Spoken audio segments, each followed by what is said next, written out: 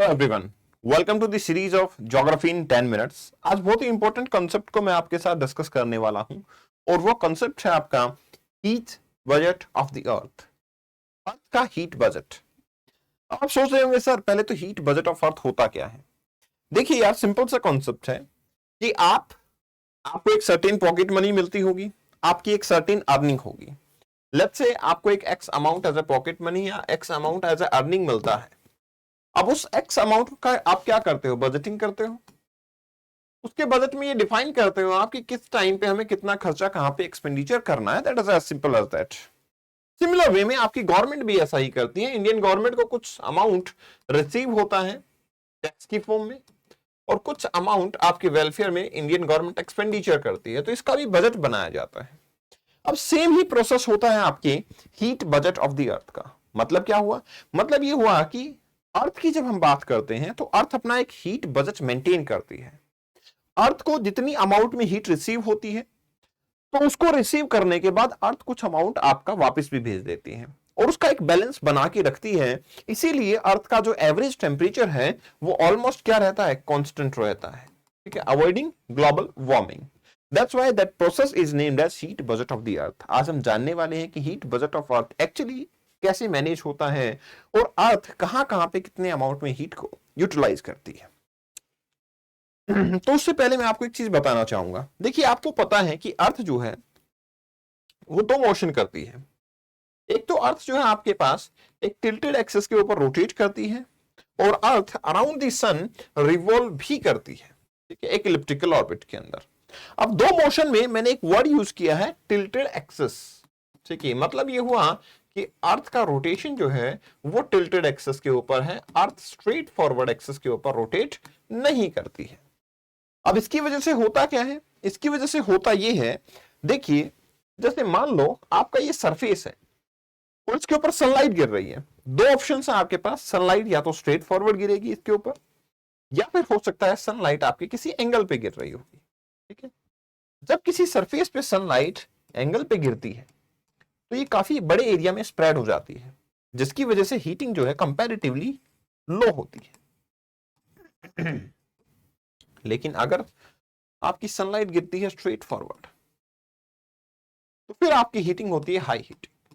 ठीक है, हीटिंग होती है इस टाइम पे ज्यादा, जिसकी वजह से टेम्परेचर नेट में क्या हो जाता है, बढ़ जाता है। ठीक है, net temperature it will just rise up. तो ये डिफरेंस आपको यहां पे नजर आता है। स्ट्रेट फॉरवर्ड हीटिंग का मतलब हो गया कि आपका लेसर एरिया में ज्यादा अमाउंट ऑफ सनलाइट पहुंची है, पर यूनिट एरिया जो आपकी सनलाइट है वो ज्यादा है, हीटिंग ज्यादा होगी, इस एरिया में हीटिंग कंपैरेटिवली कूल होगी। और अगर मैं सिंपल सी लैंग्वेज में बोलूं तो ये एरिया हीटेड अप होगा और ये कंपैरेटिवली कूल एरिया होगा। और इसी वजह से आप यहां देखोगे तो आपको पता लगेगा इक्वेटर वाला जो पार्ट है आपका, उस पे सनलाइट स्ट्रेट फॉरवर्ड आती है एंड दैट्स व्हाई इक्वेटर के ऊपर हीटिंग जो है वो बहुत ज्यादा होती है।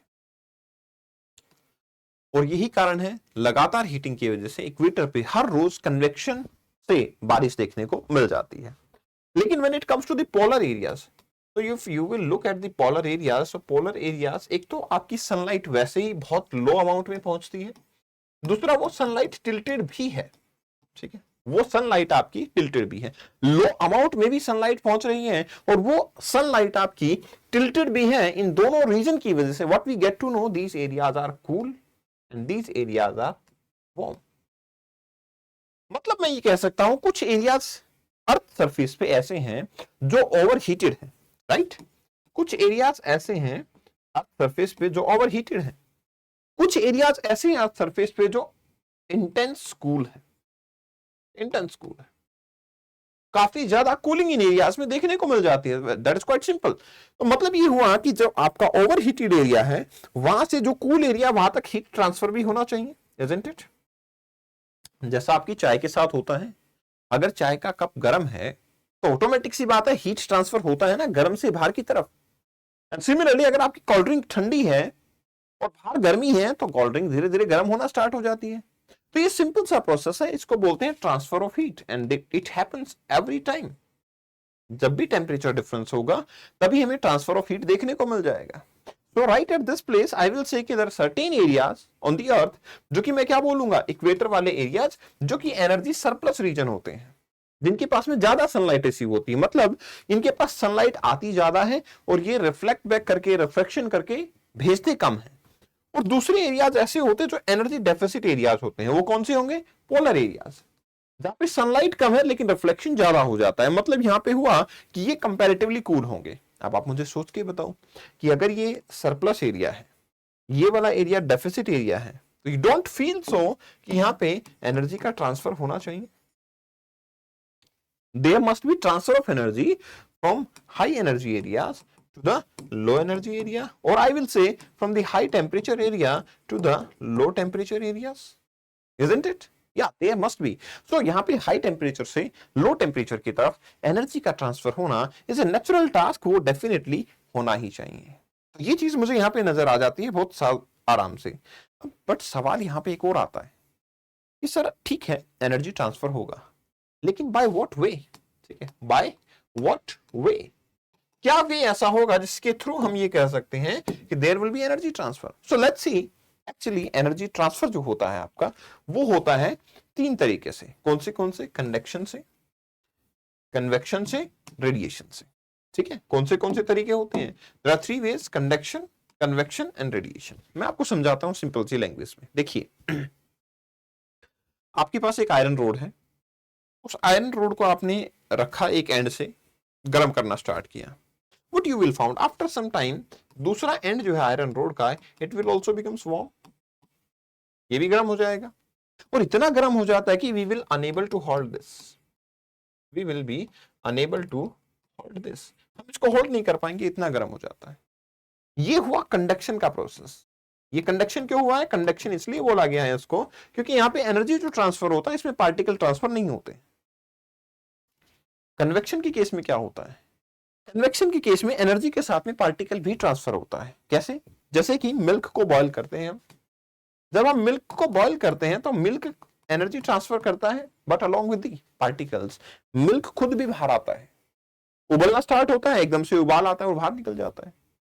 सिमिलरली चाय आप रखते हो तो चाय से वेपर्स निकल के बाहर जाती हैं और उसको कूल कर देती हैं, तो ये भी प्रोसेस हुआ। एक होता है रेडिएशन, जिसके अंदर की कोई भी मटेरियल मीडियम नहीं होता, जैसे कि सन रेडिएशन। सन से अर्थ तक आते आते ना कोई कंडक्शन है ना कोई कन्वेक्शन है, सिंपली रेडिएशन से हमारे यहाँ पे पहुंच जाती है।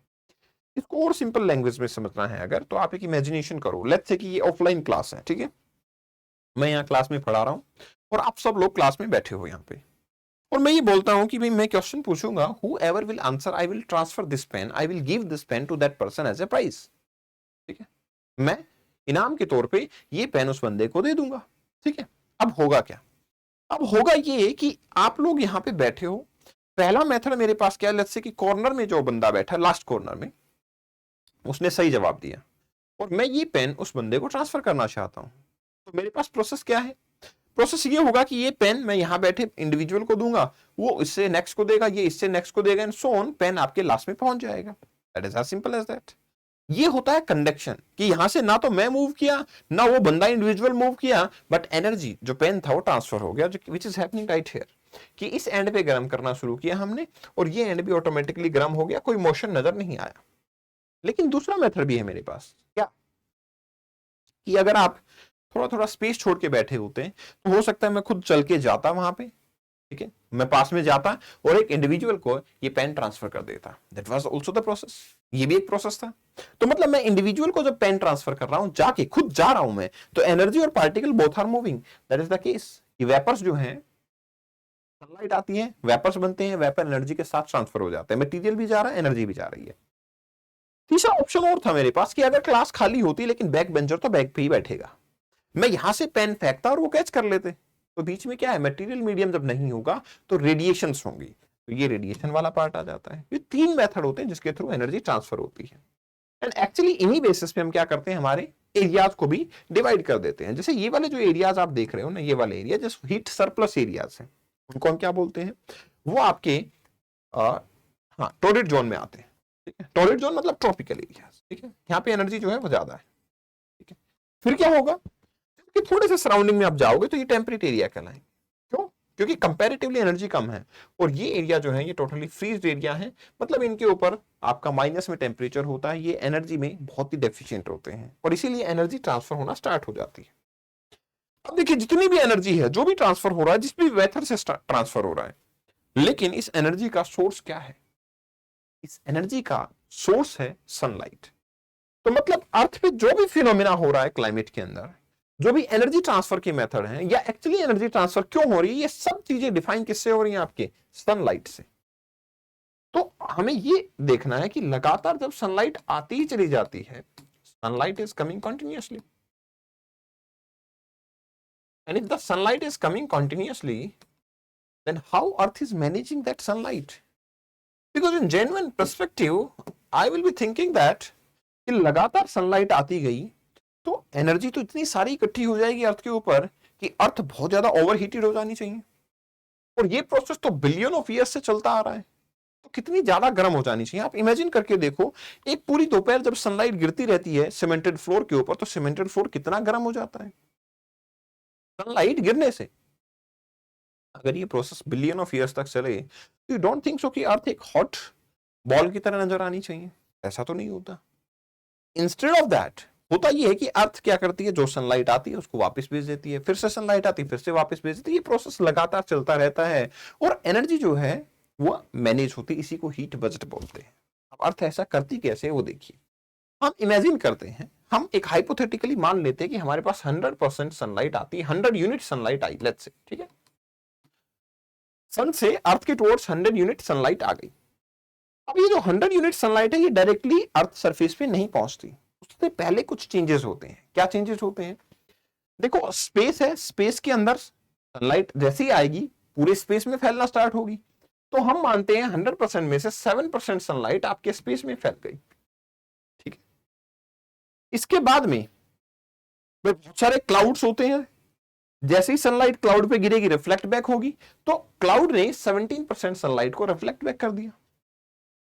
इसके बाद में सनलाइट पहुंचती है अर्थ सरफेस के ऊपर, अर्थ सरफेस पे गिर के वापस से रिफ्लेक्शन हो जाता है, मतलब एब्जॉर्ब नहीं होती अर्थ सरफेस के थ्रू, रिफ्लेक्शन हो जाता है कितना? 6% का। तो in total 17 plus 7 is 24 plus 6, तो 30% सनलाइट तो रिफ्लेक्शन में ही चली गई। कुछ स्पेस के अंदर चली गई, कुछ क्लाउड ने रिफ्लेक्ट की और कुछ अर्थ की सरफेस ने रिफ्लेक्ट कर दी। बट इसके अलावा 23% सनलाइट ऐसी भी है जो रिफ्लेक्ट नहीं, एब्जॉर्ब हो जाती है। कौन एब्जॉर्ब करता है? एयर एब्जॉर्ब कर लेती है, वाटर जो मॉइस्चर की फॉर्म में वो एब्जॉर्ब कर देता है। हमें पता है कि ओजोन लेयर क्या करती है, अल्ट्रावायलेट रेडिएशंस को एब्जॉर्ब करके वापस भेजती है, तो वो एब्जॉर्ब कर लेती है। क्लाउड भी एब्जॉर्ब करते हैं डस्ट पार्टिकल, मतलब एब्जॉर्प्शन के अंदर 23% सनलाइट चली जाती है। तो इन टोटल 30% सनलाइट वहां रह गई और 23 यहां पे, टोटल हो गया 53% सनलाइट। बचा कितना? तो 100 में से 53 गया तो 47 यूनिट्स बचे। ये 47 यूनिट आपके अर्थ सरफेस के ऊपर पहुंच जाते हैं। ये 47% सनलाइट आपकी अर्थ के सरफेस पे पहुंचती है। जैसे ही 47% सनलाइट अर्थ सरफेस पे पहुंची तो होगा क्या? यू नो वेरी वेल कि अर्थ का मोस्टली जो सरफेस है वो ओशियन पार्ट है, और जब अर्थ के ऊपर ओशियन है काफी ज्यादा सरफेस पे, जब ओशियन सरफेस के ऊपर सनलाइट गिरेगी तो ओशियन के ऊपर सनलाइट गिरेगी, इवेपोरेशन होगा, सनलाइट और गिरेगी और इवेपोरेशन होगा। तो मतलब ये हुआ कि लगातार लेटेंट हीट, मतलब इवेपोरेशन की वजह से 24% सनलाइट इवेपोरेट होके चली जाती है। तो क्या होता है? और होता ये है कि देखो, अगर अर्थ सरफेस गर्म हुआ सनलाइट से तो इसके टच में जो कांटेक्ट में एयर है वो भी गर्म होगी, इसको बोलते हैं कंडक्शन। कांटेक्ट की वजह से जो गर्माहट आती है उसको कंडक्शन बोलते हैं। तो आपका 7% सनलाइट कंडक्शन की फॉर्म में चली जाती है, ठीक है। तो 24 प्लस 7 आपका कितना हो गया? 31%। 31% सनलाइट यहां हो गई, ठीक है। मूविंग अहेड तो मुझे क्या पता लगता है कि कुछ सनलाइट ऐसी होती है जो आती है और अर्थ उसको एब्जॉर्ब करके वापस रिफ्लेक्ट कर देती है, लॉन्ग वेव रेडिएशन। मैं बताता हूं लॉन्ग वेव रेडिएशन, एक्चुअली सन से जो लाइट आती है ना वो होती है शॉर्ट वेव रेडिएशन, और जो सनलाइट अर्थ पे गिर के वापस जाती है वो लॉन्ग वेव है। तो 10% लॉन्ग वेव रेडिएशन वापस चली जाती हैं, और 6% सनलाइट आपके क्लाउड जो है वापस से एक लेयर की फॉर्म में एब्जॉर्ब करते हैं। ये हमारे टेम्परेचर को वैसे मेंटेन करती है, मेंटेन, ठीक है। तो इन टोटल कितना हुआ?